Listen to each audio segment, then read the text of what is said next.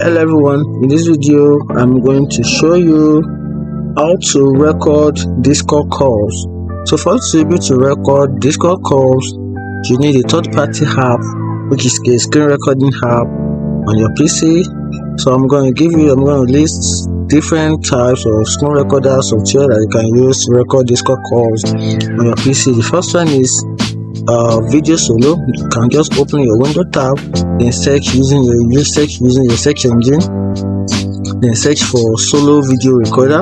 Or if you don't want to do that, you can just simply use this video software over here, which is the OBS Studio. Or probably you can just go to your Microsoft Store.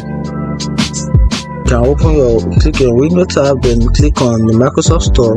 Once you click on it, then search for any screen recording apps, then you configure it. Once you configure it, then you can click on start.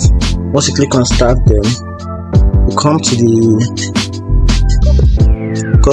open your Discord, then any call you want to record, you can pick up from there, and that's it. If you find this video helpful, like and follow for more. Thank you.